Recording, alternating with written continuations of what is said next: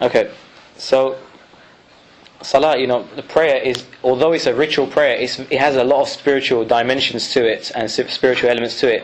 As I mentioned, one of them is that a person feels close to God because he's focusing on God, thinking about God during the prayer.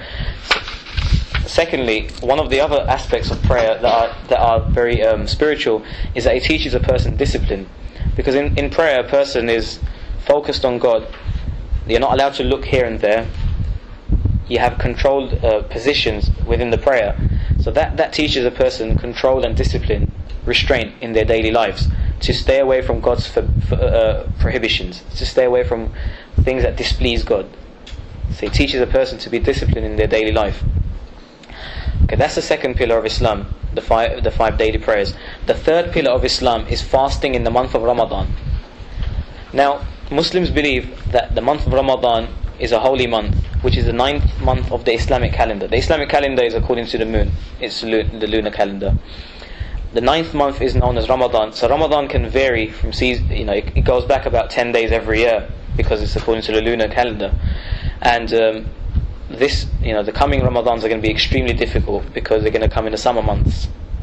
Last year we had Ramadan. It was approximately September 1st to October the 1st. This year it will be about August 20th to September 20th, and it will be extremely difficult because of the heat. What Ramadan is, what is the definition of a fast? In the Muslim faith, the definition of a fast is to refrain from eating, drinking and relations with one's spouse from dawn to sunset. From dawn to sunset, not a sip of water, not a morsel of food, and to refrain from relations with one's spouse. Relation doesn't mean you can't talk to your spouse, so that's not an excuse. If you want to get away from the wife for a bit, you say to her, "I'm fasting, get out of here." You can't do that. That's not what it means. It means the specific relations that spouses have, to refrain from those. What is the purpose of fast? In the Quran, God mentions that this fast has been prescribed upon you so that you can become God conscious and aware. When a person, generally eating is fine, generally drinking is fine, having relations with one spouse is fine. But when a person refrains from these three lawful aspects, lawful things, for a limited amount of time, due to God's commandment, why can he not stay away from God's prohibitions throughout the year? See, if God commands you to stay away from food, drink and relations with your spouse for X amount of time during the day, for 30 days, if you're willing to do that, why can't you stay away from God's prohibitions throughout the year? So what it does, it teaches restraint again. It's self-restraint, control, discipline. That's the purpose of the fast. Another purpose of fast is it makes you thankful to God. Why does it make you thankful to God? Because it gives you a feeling of and sense of feeling for the poor and needy around the world who don't have no food, who don't have no drink. You have food around you. You can access it, but you're staying away from it. You're hungry. You're thirsty. It gives you a sense of feeling of the poor and needy around the world. What does that do? First of all, it opens your heart. You start to give more charity. In the month of Ramadan, Muslims give a lot of charity. A lot of charity. And also it makes you more conscious of God's favours upon you, and makes you thankful, grateful to God for God's favours upon you. So this is also one of the reasons for fasting. Now, like I said, the seasons, it becomes extremely hard. In some countries it becomes very hard. In the UK we have, in summer, the dawn is about 2:30, 3 o'clock in the morning, and sunset is 9:30 at night. So you're fasting for approximately 20 hours, 19 hours. So it becomes extremely difficult. But like I said, there are leeway for certain people. A pregnant woman, she's not required to fast. A woman on her menses, she's not required to fast. A woman who is feeding, she's not required to fast. A traveller is not required to fast. A traveller is somebody who travels 48 miles out of his city. In Islamic law, that's a traveller. Okay, so if you're commuting every day 48 miles, you're not a traveller. Okay. In Texas, everybody's a traveller. It's so huge. But you're not a traveller if you're commuting 48 miles every day. You're still going back to your destination. You're not a traveller. And a sick person, somebody who's sick, is exempt from fast, but they have to make up for it after Ramadan is over. So there's no way out. You have to make up for it sometime, but you can make up for it during the winter. So you have that that opportunity. But if you're healthy you're a resident in your town, you're not traveling, you're not pregnant, you're not feeding, you don't have an excuse. You have every Muslim who is capable and who is sane and who is mature is required to fast. And maturity in Islamic law is different. I mean, if a person doesn't see the signs of maturity, then at the age of 15 you're mature. But before that, if you see the signs of maturity, which could differ from boy to girl, they're different, then you're mature before that. If you're a teacher and you have pupils that are fasting from the age of 13, 14, that's fine. They're required to fast. If they ask for exemption from PE, physical education, or from sports activities, then please grant them, because they're fasting and they're not able to perform those physical exercises while they're fasting. So that's fasting anyway in the month of Ramadan. We just learned the reason why we fast and how it's the end of Ramadan is marked with a celebration called Eid. And in Eid you're not allowed to fast, it's prohibited, because you're supposed to celebrate by eating, by having a feast.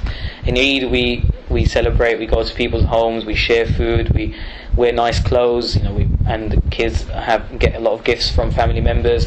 It was always nice to have Eid when you were a child, but not so much anymore. You don't get any gifts, but when you were actually, Imams still get gifts. So it has its benefits of being an Imam. But kids get gifts, and adults don't get gifts anymore. But it's still a nice occasion, meeting family, meeting friends, and just getting together and having a feast. The fourth, now this pillar of Islam, the fourth one, is a very important pillar. It's called zakah. Zakah means charity. Now in Islamic law there are different categories of charity, but this one we're speaking about now is an annual charity that every wealthy Muslim must give. Who is a wealthy Muslim? Islamic law defines a wealthy Muslim as a person who has 612 point something grams of silver or its equivalent in cash, which is approximately, it varies the rates, but it's an approximation of $250 to $500. It will never go higher than that. If a person has this cash and he has that in his savings, and this is besides of his daily food, rent, besides of his daily needs, then he has to give 2.5% of that in charity. If he has gold, if his wife has gold and it's an equivalent of that or more, 2.5% of the value must be given in charity. So that's why when wife wants more gold, it's a headache for us, because then we have to pay the charity on it. She doesn't have to pay, I have to pay it. But a lot of women, they work and they pay the charity themselves, which is fine. But if a husband pays for her, that's good too. It's good. So 2.5% of a person's wealth must be given to charity. So that's on every $1,000, it's $25. $25 on every $1,000. And this money, this wealth that you donate, doesn't go to the church, doesn't go to the pastor, doesn't go to any members of the organization. It goes to eligible, poor and needy people around the world. It doesn't go to any individual who's not deserving. There are different categories of recipients, and all of them are those who are needy and poor, those who are in debt, those who are poor, those who are extremely poor, because there's different categories of poor. One category is a person who has enough for his daily bread, but he doesn't have enough for tomorrow. That's also considered poor in Islam. And then there is a person who doesn't even have enough for his daily bread, destitute. He doesn't have enough for his daily bread, then they are considered poor too. Travelers who lose everything, they are poor. People in debt, they are poor. Those who are captives in prison, they don't have any way of fighting for themselves. To give zakah for individuals like that, this is also permissible, this is fine. So there are different categories of people who are receiving the zakah. And zakah is given on livestock too. If a person has animals, and then he will have to give certain, but it's not 2.5%, there's a different way of calculating the zakah then. If a person has land and he grows a lot of products, then he has to give a different type of zakah with different calculations there.